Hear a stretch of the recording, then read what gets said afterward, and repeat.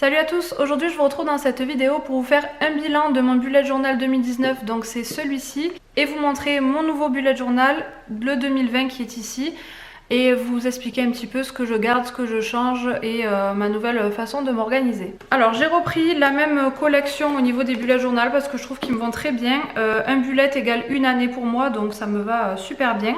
Juste à côté du sommaire, je me sers d'un espace qu'il y a sur cette page pour écrire des horaires du docteur, des trucs que je veux pas oublier, voilà, des choses importantes, des numéros importants ou des choses comme ça. Et ensuite, comme d'habitude, vous avez toutes les pages pour vous inspirer, donc au début du nouveau bullet à chaque fois. Ça change un petit peu, mais c'est assez similaire, donc voilà, pour celles qui débutent, je trouve que c'est pas mal. Ça donne des idées et tout, mais moi, voilà, je m'en sers pas spécialement. Après ça peut donner des idées et je trouve que voilà, c'est vraiment sympa en tout cas.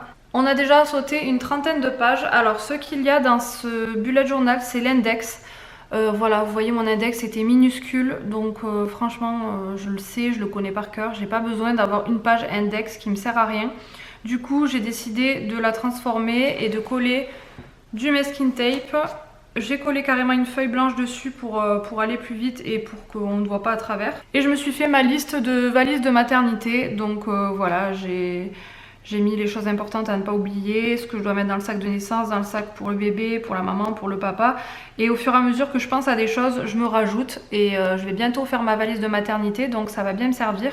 Mais voilà, comme j'avais plein d'idées, je voulais que tout soit au même endroit. Et puis comme ça permet de tout lister, de rien oublier. Donc ça, je trouve ça pas mal. Je le faisais déjà pour la valise quand on part en déplacement. Sauf que ça, je l'avais en vrac dans mon bullet journal sur un petit bout de papier. Du coup, je l'ai copié ici et bien entendu, donc vous voyez, c'est quand on prépare en fait une valise pour avoir une checklist assez rapide de l'essentiel pour rien oublier. Donc j'ai rajouté bébé et bien évidemment, c'est des choses que je compléterai au fur et à mesure puisque là, c'est ce que je m'imagine. Mais après, voilà, il y a des choses que je rajouterai quand on partira en déplacement. Au moins j'ai tout listé, moi j'aime bien. On gagne du temps d'avoir tout listé et de juste suivre un petit peu la liste. Et bien entendu on prend en fonction de ce qu'on a besoin ou pas. Si c'est pas la pleine été, je vais pas prendre la crème solaire et compagnie, ça va de soi. Là j'avais de suite les livres à lire, mais du coup j'ai mis mon annual trackers à côté. Je l'avais de ce côté avec les remboursements des frais médicaux. Ça c'est quelque chose que je me suis vraiment servi. Vous voyez, l'annual tracker est pas très grand, je l'ai un petit peu rallongé. Donc voilà, j'ai plutôt classé ménage, santé, voiture et beauté, voilà. C'est vraiment le seul tracker avec le ménage que j'ai parce que voilà, je sais que c'est une fois par mois et que j'ai juste une croix à faire dedans. Donc ça va vite, puisqu'après je m'amuse plus trop à faire des trackers. Quand on tourne, donc là on retrouve les livres à lire. Du coup je les ai fait que sur une seule page, puisque l'année dernière, hop, voilà les livres à lire. Franchement ça peut contenir sur une seule page 1, 2, 3, 4, 5, 6. Voilà, j'ai lu que 6 livres dans l'année. C'est pas du tout un record. Voilà, c'est l'année où j'ai vraiment le moins lu, je crois. Et encore qu'il y a 2 livres que j'ai dû lire là depuis que je suis en congé, quoi, parce que même cet été et tout, j'ai pas trop lu. En même temps, avec les 3 mois de grossesse, les 3 premiers mois de grossesse où j'étais complètement fatiguée, je faisais plus que dormir que lire, quoi. Donc je vais reporter ce que je n'ai pas lu et je pense que ça contiendra sur une page. Et au pire, je serrerai un petit peu. Et si déjà j'arrive à lire tous ces livres qui me manquent dans ma bibliothèque avec l'arrivée d'un bébé, je pense que ça sera pas mal. Ensuite ici j'ai mis collection voyage concert parce que c'est des listes que j'ai dans mon téléphone et que j'avais envie de mettre plutôt sur mon bullet journal. Donc là il faut que je retrouve avec Guillaume tous les voyages qu'on a fait. Et ensuite la liste des concerts que j'ai fait, puisque voilà, j'aime bien me noter ça pour avoir un souvenir, en fait, une trace. Donc voilà, ça peut vous donner des idées. C'est quelque chose que j'avais pas, que j'avais juste dans mon téléphone et je trouve ça bête de l'avoir dans le téléphone. Je préfère l'avoir sur papier. J'ai refait exactement la même page pour les films et séries avec la même légende. Là je me suis pas pris la tête, j'ai refait la même chose parce que je trouvais déjà au niveau de la présentation que c'était simple, joli, que ça me correspondait, que c'était pratique à remplir et rapide.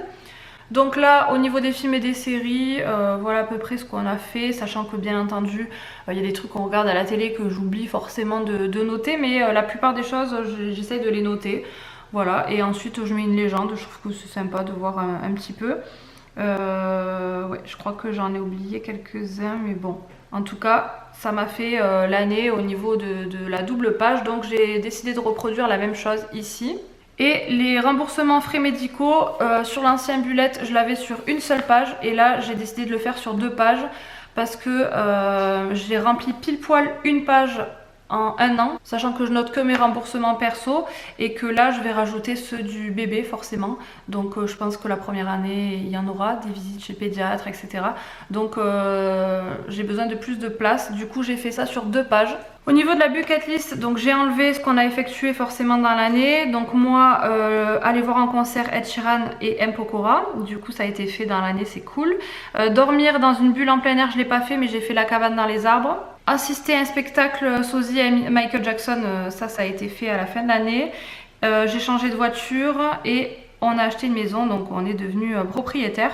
Du coup franchement je trouve que cette bucket list on a fait quand même pas mal de choses. Il y a des choses un peu plus accessibles, voilà, changer de voiture et tout ça, des trucs un peu plus on va dire banals, mais après il y a des choses un peu plus rêves et du coup voilà j'ai mélangé un petit peu les deux, donc il y a des trucs forcément ça y sera pendant un moment sur ma bucket list.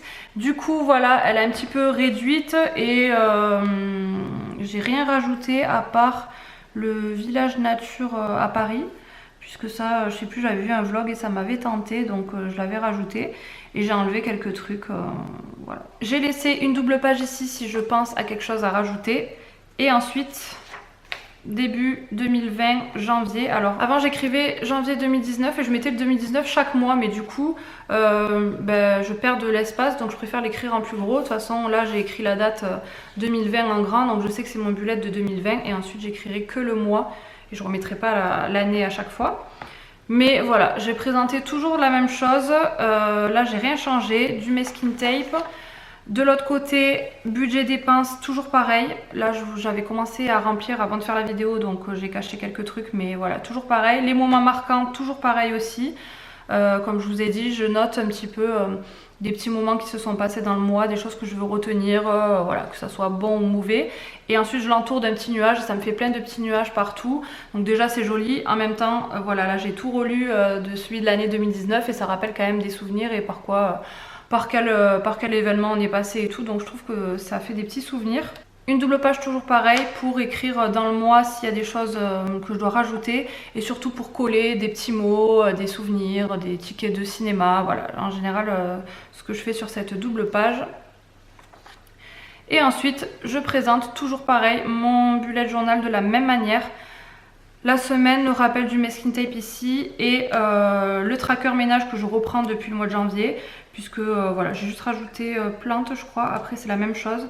Au niveau de l'aspirateur, j'ai le robot maintenant, donc je verrai comment je note puisque j'ai tout dans l'application pour le robot qui me passe l'aspi tout seul. Donc je pense que l'aspi, je noterai que quand on fait vraiment le gros aspi avec les plaintes, les toiles d'araignée, enfin voilà quoi.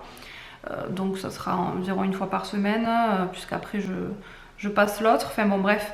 Voilà, en tout cas j'essaierai de me remettre à ce tracker ménage puisque je pense qu'en plus avec l'arrivée de bébé, on peut vite se laisser déborder, donc ça permet de voir un petit peu où on en est. Mais voilà au niveau du bullet.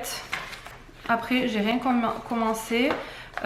J'ai toujours les autocollants à la fin. Je vais essayer d'en mettre un peu plus dans ce bullet là puisque je me suis rendu compte que je les utilisais pas trop. Donc si j'arrive, j'essaierai d'en mettre un peu plus. Vous voyez, je colle des fois des places de concert, les tickets. Là, j'avais noté mes cadeaux d'anniversaire, une place de concert, un mot de Guillaume, un mot de mes parents, voilà. Les tickets de cinéma qui s'effacent, c'est super. Voilà, des petites choses comme ça. Du coup, comme vous pouvez le voir, il n'y a pas grand chose qui change. J'ai juste rajouté quelques petits trucs au début. Et je me suis laissé 2 pages si je pense à des choses en plus, surtout avec le bébé. Je verrai comment je m'organise. J'espère que cette année, je vais quand même continuer le bullet journal. De toute façon, pour l'instant, je le continue et ça me sert bien. Donc je pense qu'avec un bébé j'aurai encore plus de choses à noter. Comme vous pouvez le voir, chaque année je réduis quand même un petit peu le bullet journal pour que ça soit vraiment juste l'essentiel. Parce que sinon je sais que je le ferai pas et avoir des pages dont je ne me sers pas, ça sert strictement à rien. Mais par contre, je me rends compte que celui de 2019, à part les choses qui changent parce que forcément avec l'arrivée d'un bébé j'ai rajouté des trucs, mais sinon il est quand même assez similaire. N'hésitez pas à me dire vous, surtout les futures mamans, si vous voyez des choses que je peux rajouter à l'intérieur qui vont m'être utiles. Sinon je le verrai à l'usage, on va dire. J'espère que ce petit bilan du bullet journal 2019 et la présentation du nouveau de 2020 vous aura plu. Voilà, laissez-moi vos commentaires. Je suis curieuse de voir un petit peu vos pages à vous. Et si vous avez des bullets, n'hésitez pas à me dire comment vous vous organisez, à m'envoyer des photos. On peut échanger aussi sur Instagram. Vous savez que je suis très active sur Instagram. Donc n'hésitez pas et je vous dis à très vite dans une prochaine vidéo. Ciao!